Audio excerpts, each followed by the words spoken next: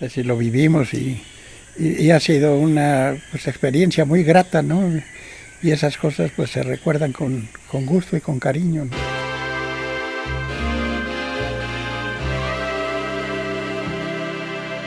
Mi nombre es Héctor María Uriarte de Uriarte. Yo fui director general de Aurrerá desde el año de 1957 y posteriormente estuve muchos años en el consejo, de Aurrerá, actualmente Walmart, y actualmente ya estoy retirado, pero en las épocas que estuve activo, que fui el director general, pues fue cuando se me ocurrió, por diversas razones, hacer el fraccionamiento después de que hicimos un intento de sembrar jitomate cherry para unos socios que teníamos en Estados Unidos que se llamaban Jewel Companies, que no se pudo llevar a cabo esa idea por las restricciones que había en esa época en que no había todavía el Tratado de Libre Comercio, y fue cuando se decidió convertir lo que se había comprado para hacer unas siembras, convertirlo en un fraccionamiento.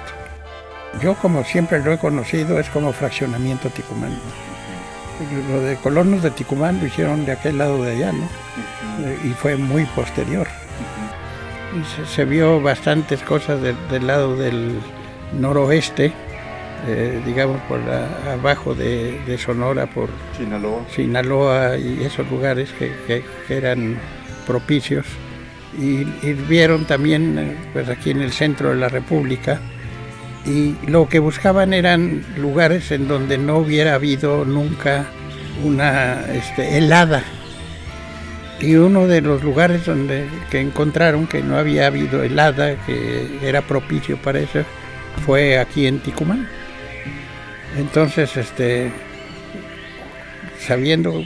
ya habiendo visto los terrenos estos, se investigó de quién eran, y eran de los Krill de la Barra, y entonces se hizo contacto con ellos para ver si querían vender, y pues dijeron que sí, que vendían, y compramos todo lo que viene siendo desde la casa que actualmente yo ocupo hasta lo que es el fraccionamiento actual, ¿no? Y originalmente, ya comprado eso, comenzamos a sembrar.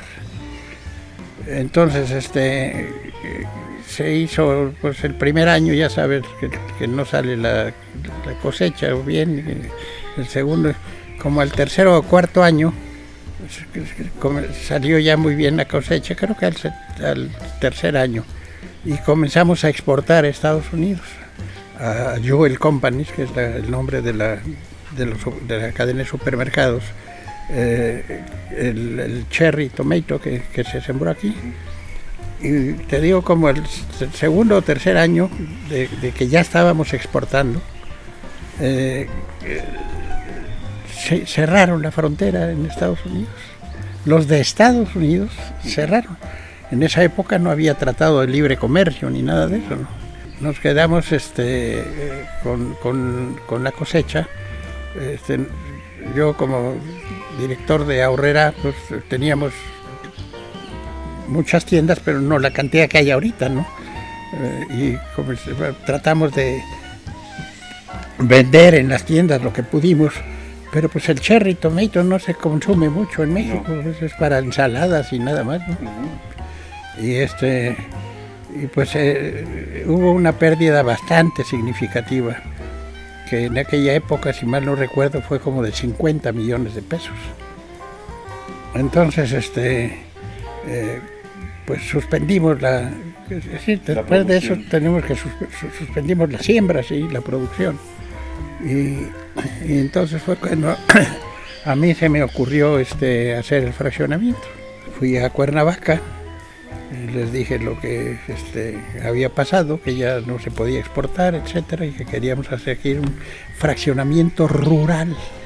¿Por qué rural? Porque la idea era hacer un fraccionamiento con lotes grandes para que pudiera haber frutales o lo que fuera, y que las calles no tuvieran que pavimentarse, sino que fueran de tierra, ¿no? Y entonces, con base en eso, lo único que pavimentamos cuando hicimos el fraccionamiento fueron las calles principales, ¿no? La entrada, la que le da la vuelta al fraccionamiento, y lo demás era de tierra. En eso nos ayudó un arquitecto, el arquitecto Miguel Riego, que era quien hacía muchas cosas para Aurrera en esa época. ¿Ya de qué año estamos hablando? Estamos hablando de 1970 más o menos, 70, 71, ¿no? Muchas gentes nos dijeron que quién iba a venir a comprar acá a Ticumán, porque estaba fuera de todas las cosas más o menos turísticas que había en esa época, ¿no? Pero pues lo hicimos, y como teníamos las tiendas de Aurrera, pues lo promocionamos en las tiendas Aurrera. Pusimos letreros en las tiendas para que todo el mundo, todos los clientes los pudieran ver, diciendo que teníamos este fraccionamiento acá, y que el precio del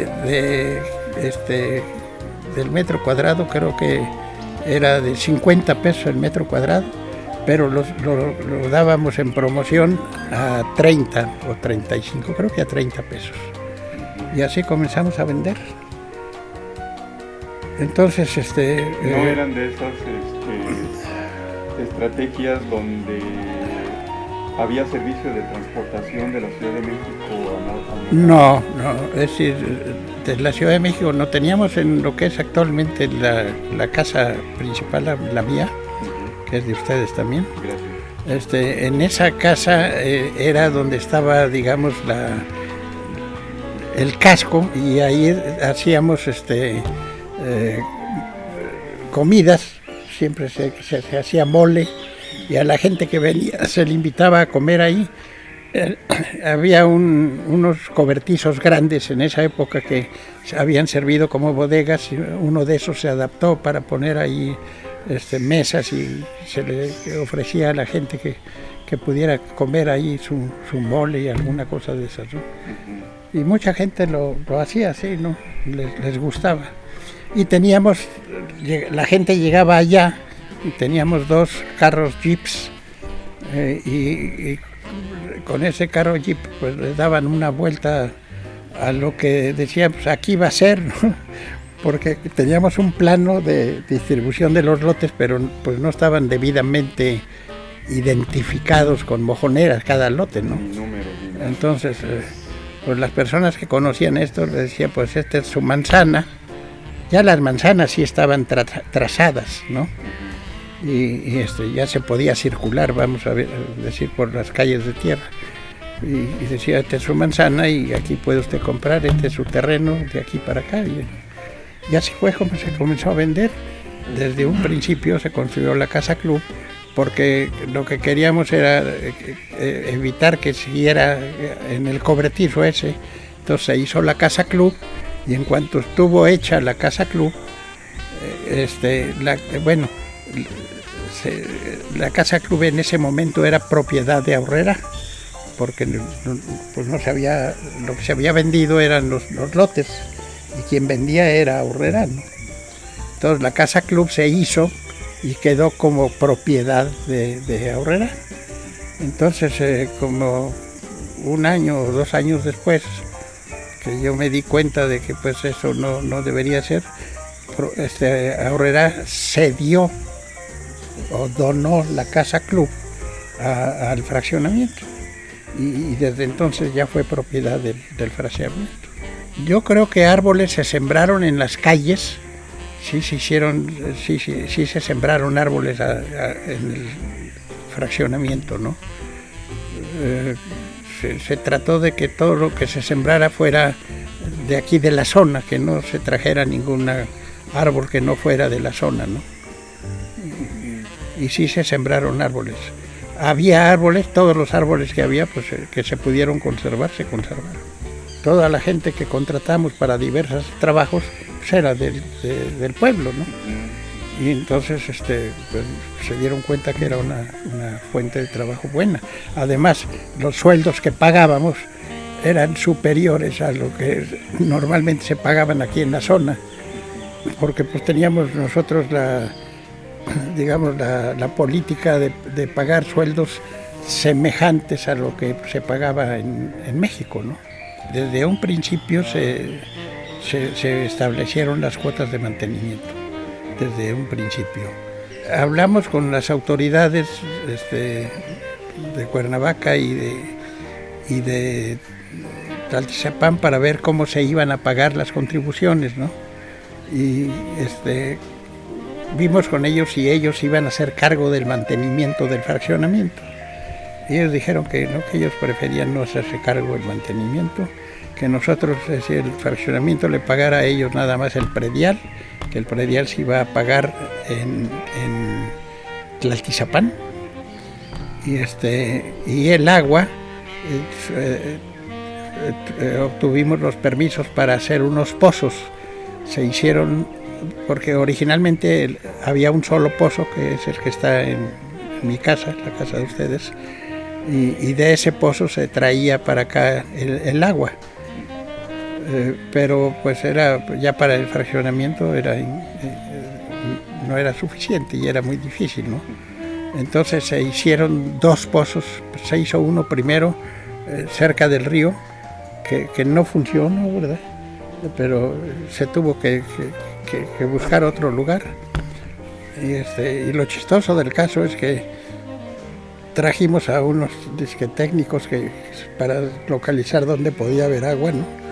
Y aquí había un viejito que tenía sus varitas de esas, y él decía, no, aquí no, aquí es donde hay agua.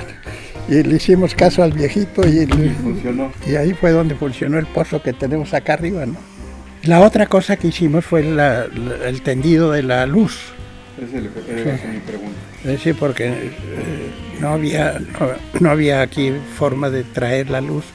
Hicimos contacto con la Comisión Federal de Electricidad y nos dijeron que sí, pero que ellos no podían hacer el trabajo. Entonces nosotros hicimos el tendido prácticamente desde Cuernavaca, en media tensión, hasta acá, hasta Ticumán. Y llegábamos pues al casco, más o menos llegaba la línea. Ahí tengo yo unos transformadores grandes, ¿no? Ahí bajábamos la corriente, pero posteriormente se tuvo que hacer otras obras, que esas las hicieron ya en el fraccionamiento para tener sus propios ¿cómo se llaman? Transformadores, que esos se hicieron en el tendido de la luz, ¿no? Pues muy al principio, aquí en el pueblo de Ticumán, en donde está una tiendita que está a la entrada del lado izquierdo, Don Chimino, ahí había un conmutador de esos de pijas, ¿no? Entonces, en Tlaltizapán tenían una comunicación con Tlaltizapán. Entonces, el primer teléfono que se puso fue el de la casa de ustedes acá. Entonces, nosotros teníamos servicio hablando con un teléfono de manija de esos de magneto, sí. Entonces le hablábamos a Tlaltizapán, entonces decíamos, oye, quiero que me comuniques a tal parte. Entonces ellos se comunicaban con el conmutador de acá o al revés y ya te hacían la comunicación, pero no nosotros no podíamos marcar directamente, ¿no? Pues yo creo que se hacía prácticamente lo mismo que se hace ahora, ¿eh? Es decir, 2 horas y media. Precisamente lo veíamos como un atractivo para las personas que vivían en México y así lo anunciábamos. Es un fraccionamiento que te queda a 2 horas de la caseta de salida de México. Y es muy fácil ir y venir el mismo día o quedarse el fin de semana y regresar, cosas de ese tipo, ¿no? Bueno, la carretera era mucho más angosta, y después, cuando el presidente Salinas, que fue mi cuñado, vino acá porque hicimos en nuestra casa y él hizo la casa de atrás. Entonces, él mandó a mejorar la carretera, ¿no? Inclusive hizo una parte de concreto asfáltico que, pues más que la hizo él, se la regaló Cemex, porque quería Cemex que se hiciera toda la carretera con cemento asfáltico, ¿no? Pero pues finalmente no se hizo más que un pedacito que fue el que hizo, lo demás fue todo de asfalto. La casa que está atrás de la mía, en la última calle, digamos, la casa que colinda ahí, era la de Carlos Salinas. Es decir, en realidad yo a Carlos, como era mi cuñado, yo lo invité y a él le gustó venir acá. Él había comprado unos terrenos en Xochitepec y estuvo a punto de construir allá, pero cuando vio esto, le gustó más venirse para acá y vio que estaba más el fraccionamiento, había más infraestructura, y me dijo, no, pues me voy con ustedes, y se vino y hizo la casa, que es la que colinda con la nuestra, y es la última de la calle del lado derecho, ¿no? De Tabachines, del área de Tabachines. Sí. Cuando nosotros llegamos aquí, antes de hacer el fraccionamiento, bueno, ya que después cuando decidimos hacer el fraccionamiento, yo hice un estudio económico del pueblo y lo que había en aquella época eran como 11 cantinas y de esas 11 casi todos eran con prostíbulo, ¿no? Había una farmacia y la tienda de Chimino y se acabó, era lo que había en Ticumán. A partir de eso, pues de que comenzó el fraccionamiento, comenzaron a hacerse construcciones de las casas, pues las personas que tenían una casa aquí buscaban gente que les ayudara. Toda esa gente fue del fraccionamiento, ¿no? Digo, del pueblo. Y pues realmente eso ayudó mucho a que creciera el pueblo, porque comenzó a haber más dinero.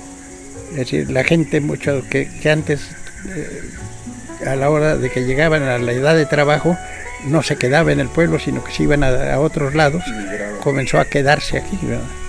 Entonces pues, creció el pueblo, creció la comunidad. Yo creo que fue un detonante el fraccionamiento para el pueblo. Una gran mayoría de los que compraron todavía están aquí, ¿no?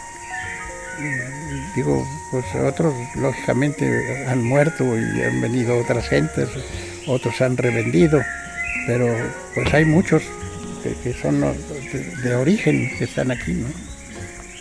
Entonces entre ellos ustedes, ¿no? No, yo creo que sí, mucha gente se quedó y como ustedes pues seguramente están contentos donde siguen estando aquí, ¿verdad? Es decir, si yo volviera a hacer esto, hubiera vendido los terrenos con una cláusula de construcción obligatoria, ¿no? Porque mucha gente compró los terrenos para solearlos un rato y después revenderlos, ¿no? Y eso pues lo aprende uno hasta que se mete uno en el negocio. Pero sí, creo que sí sería muy conveniente en caso de otro fraccionamiento o otra cosa así, poner esas cláusulas de que se tiene que construir en un plazo de X tiempo y si no se construye entonces hay una penalización y hasta una cancelación de la compra, ¿no? ¿Por qué fuiste tú el primer presidente de la mesa directiva? Pues por razón natural, porque yo fui el que organicé todo, ¿no? Y pues yo era el director de Aurrera, pues las gentes que me ayudaban aquí pues eran todos empleados míos, pues era una cosa más o menos natural, pero yo después me di cuenta de que ya no debería yo de estar participando directamente en esto, y fue cuando hicimos el primer nombramiento para otro presidente, que fue cuando el ingeniero Arturo Madrazo Obregón. Arturo Madrazo, él construyó aquí una casa, pero él era el ingeniero que nos ayudó a hacer el fraccionamiento. El arquitecto Riego y Marnos trabajaban de la mano. Arturo Madrazo, él era el ingeniero que se encargaba de todas las obras de las nuevas tiendas de Aurrera. Entonces, lógicamente, le encargamos que viera pues, todo lo de aquí del fraccionamiento, ¿no?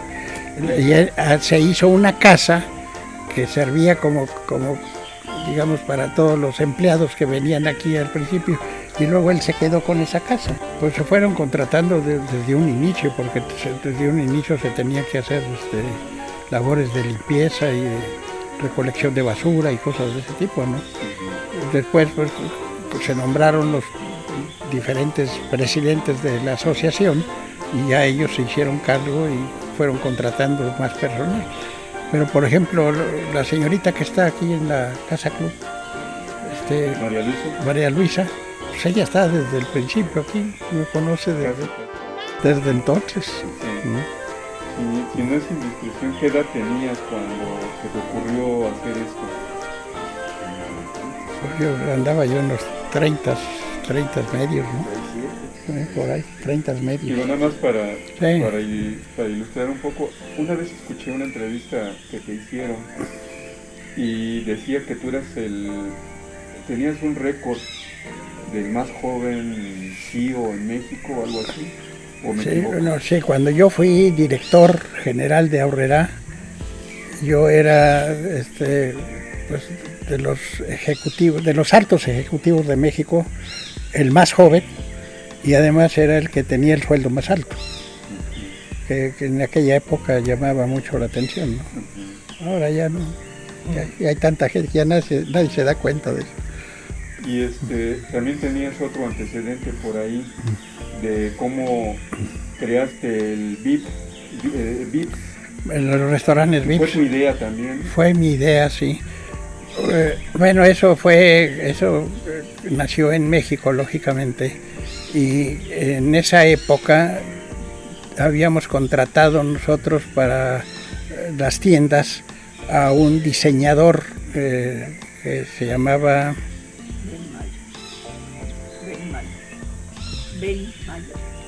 Ben Mayer, sí, mi coach, Ben Mayer.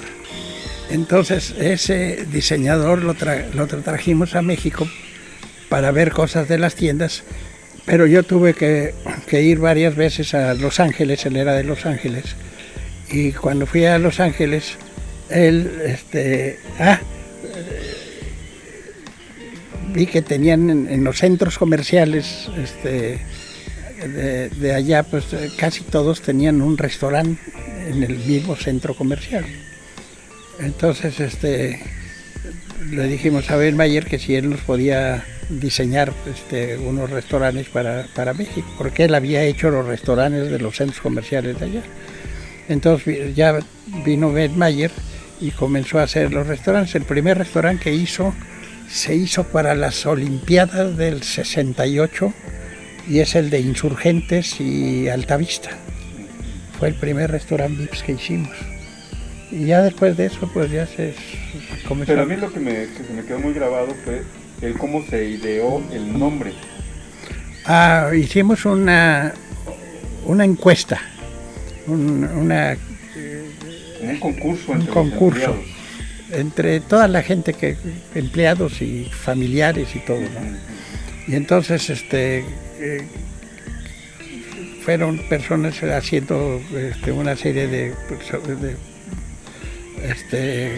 nombres, de esos nombres se hizo una comisión de 3 personas, si mal no recuerdo, entre los cuales estaba mi esposa, Lilia, que recogió las encuestas que se hicieron entre conocidos y empleados, que hicieron una serie de proposiciones de nombres.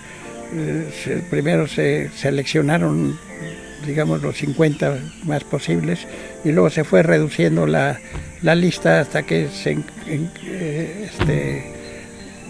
escogió el de Vips, que era Very Important Persons, ¿no?